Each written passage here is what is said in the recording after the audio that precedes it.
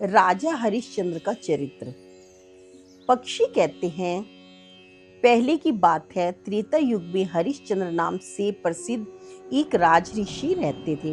वे बड़े धर्मात्मा, भूमंडल के पालक, सुंदर कीर्ति से युक्त और सब प्रकार से श्रेष्ठ थे।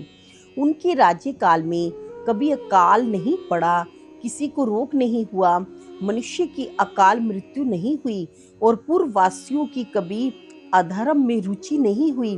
उस समय प्रजा वर्ग के लोग धन, वीर्य और तपस्या के मद से उन्मत्त नहीं होते थे। कोई भी स्त्री ऐसी नहीं देखी जाती थी जो पूर्ण यौवनावस्था को प्राप्त किए बिना ही संतान को जन्म देती रही हो। एक दिन महाबाहु राजा हरिश्चंद्र जंगल में शिकार खेलने गए थे। वहां शिकार के पीछे दौड़ते हुए उन्होंने बारंबार कुछ स्त्रियों की कातर वाणी सुनी। वे कह रही थी, हमें बचाओ बचाओ। राजा ने शिकार का पीछा छोड़ दिया और उन स्त्रियों को लक्ष्य करके कहा, डरो मत डरो मत। कौन ऐसा दुष्ट बुद्धि वाला पुरुष है जो मेरे शासन काल में भी ऐसा अन्याय करता है। यूं कहकर स्त्रियों के रोने का शब्द अनुसरण करते हुए राजा उसी ओर चल दिए। इसी बीच में प्रत्येक कार्य के आरंभ में बाधा उपस्थित करने वाला रुद्र कुमार विग्रराज इस प्रकार सोचने लगा कि ये महर्षि विश्वामित्र बड़े पराक्रमी है और अनुपम तपस्या का आश्रय लेकर उत्तम व्रत का पालन करते हुए उन विद्याओं का साधन करते हैं जो पहले इन्हें सिद्ध नहीं हो सकती है। ये महर्षि क्षमा, मौन तथा आत्म संयम पूर्वक जिन विद्याओं का साधन करते हैं वे उनके भय से पीड़ित होकर यहाँ विलाप कर रहे हैं। इनके उद्धार का कार्य मुझे किस प्रकार करना चाहिए। इस प्रकार विचार करते हुए रुद्र कुमार विग्र राजा ने राजा के शरीर में प्रवेश किया। उनके आवेश से युक्त होने पर राजा ने क्रोध पूर्वक ये बात कही, ये कौन पापाचारी मनुष्य है जो कपड़े की गठरी में अग्नि को बांध रहा है। बल और प्रचंड तेज से उद्दीप्त मुझ राजा के उपस्थित रहते हुए भी आज कौन ऐसा पापी है जो मेरे धनुष से छूटकर संपूर्ण दिशाओं को वानों से सर्वांग में छिन्न भिन्न होकर कभी न टूटने वाला निद्रा में प्रवेश करना चाहता है। राजा की ये बात सुनकर तपस्वी विश्वामित्र कुपित हो उठे। उनके मन में क्रोध का उदय होते ही संपूर्ण विद्याएं जो स्त्रियों के रूप में रो रही थीं क्षण भर में अंतर्ध्यान हो गई। तदंतर राजा ने उन तपस्या के भंडार महर्षि विश्वामित्र की दृष्टिपात किया तो वे बड़े भयभीत हुए और सहसा पीपल के पत्ते की भांति थर थर कांपने लगे। इतने में विश्वामित्र बोल उठे, ओ दुरात्मा, खड़ा तो रह। तब राजा ने विनय पूर्वक मुनि के चरणों में प्रणाम किया और कहा, भगवान, ये मेरा धर्म था। प्रभु, ये आप मेरा अपराध ना माने। मुने, अपने धर्म की रक्षा में लगे हुए मुझ राजा पर आपको क्रोध नहीं करना चाहिए।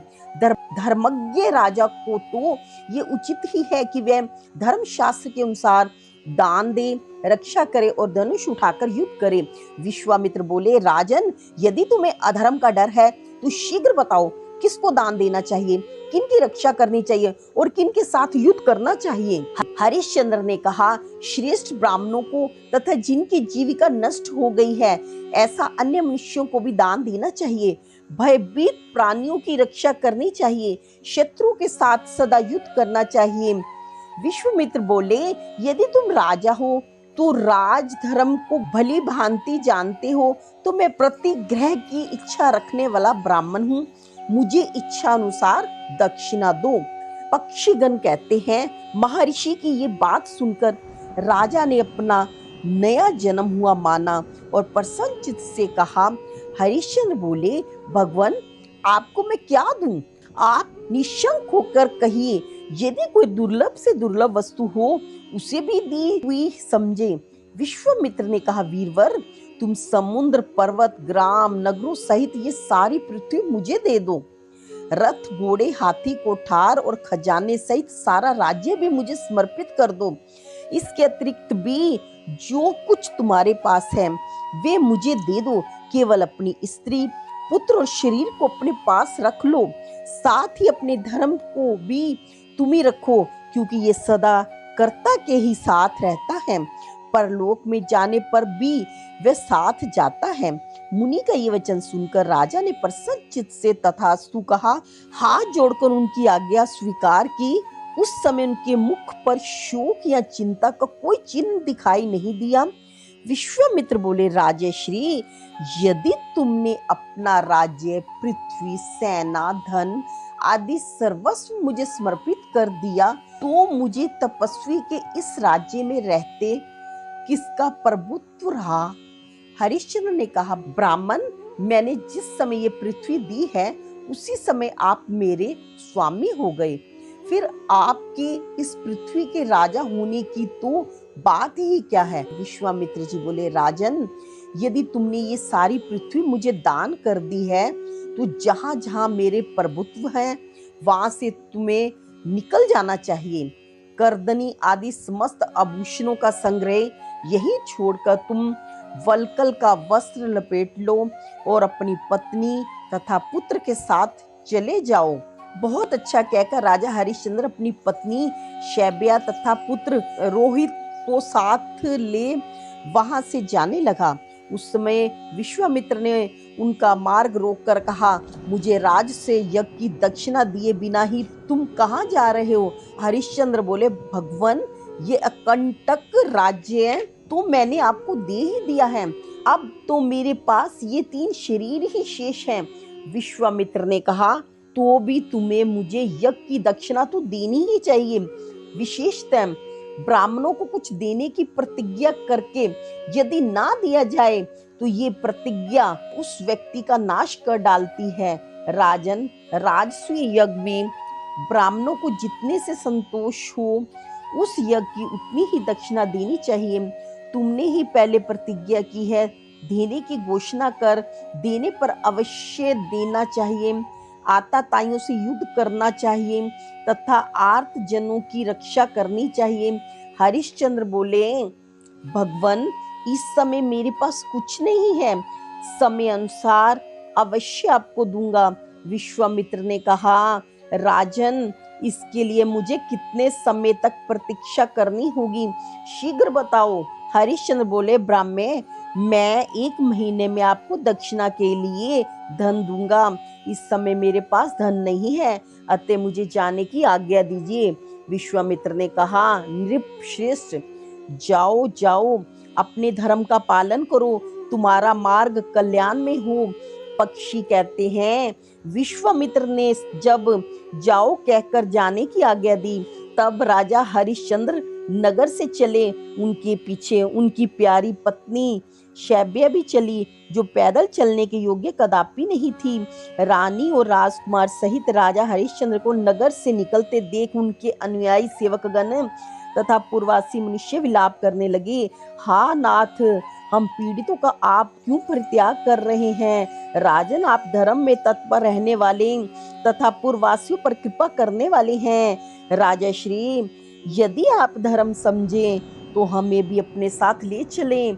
महाराज, 2 घड़ी तो ठहर जाइए, हमारे नेत्र रूपी भ्रमर आपके मुखार वृंद की रूप सुधा का पान कर लें, फिर हमें कब आपके दर्शन का सौभाग्य प्राप्त होगा।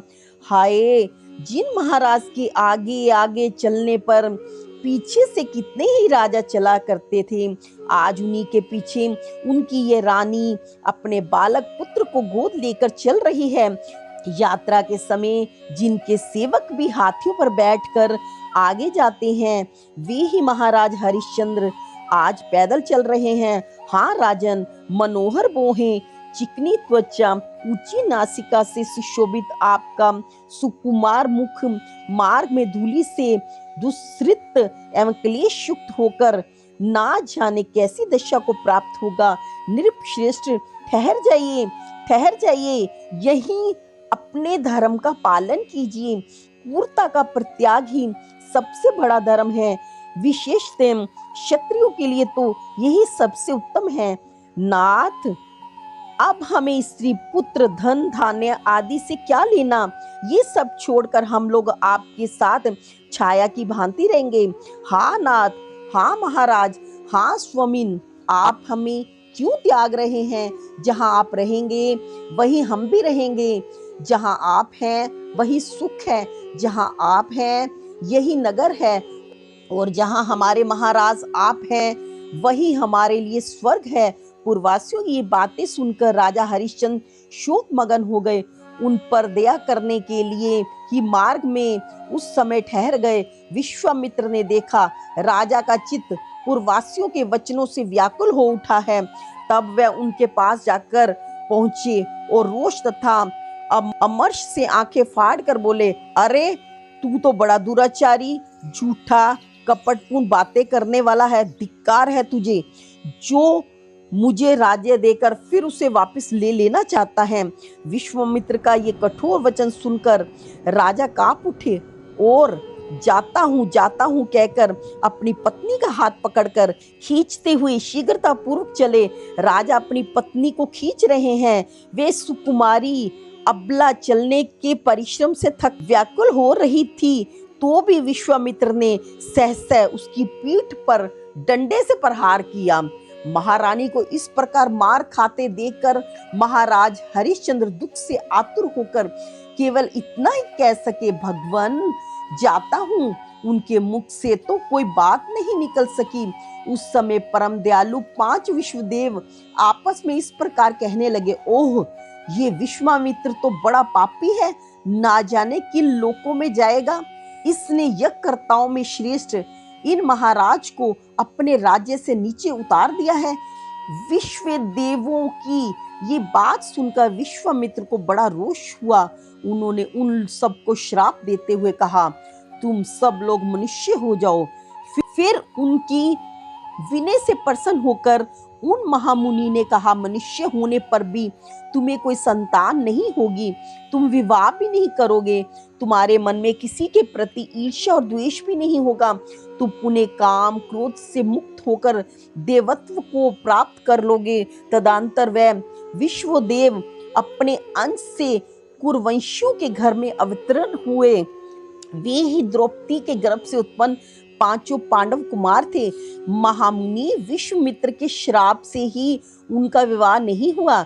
जैमिनी, इस प्रकार हमने पांडव कुमारों की कथा से संबंध रखने वाली बातें तुम्हें बतला दी है।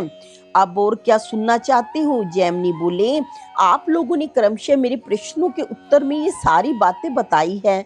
अब मुझे हरिश्चंद्र की शेष कथा सुनने के लिए बड़ा कौतूहल हो रहा है। अहो, उन महात्मा ने बहुत बड़ा कष्ट उठाया। श्रेष्ठ पक्षियों, क्या उन्हें इस दुख के अनुरूप ही कोई सुख भी कभी प्राप्त हुआ?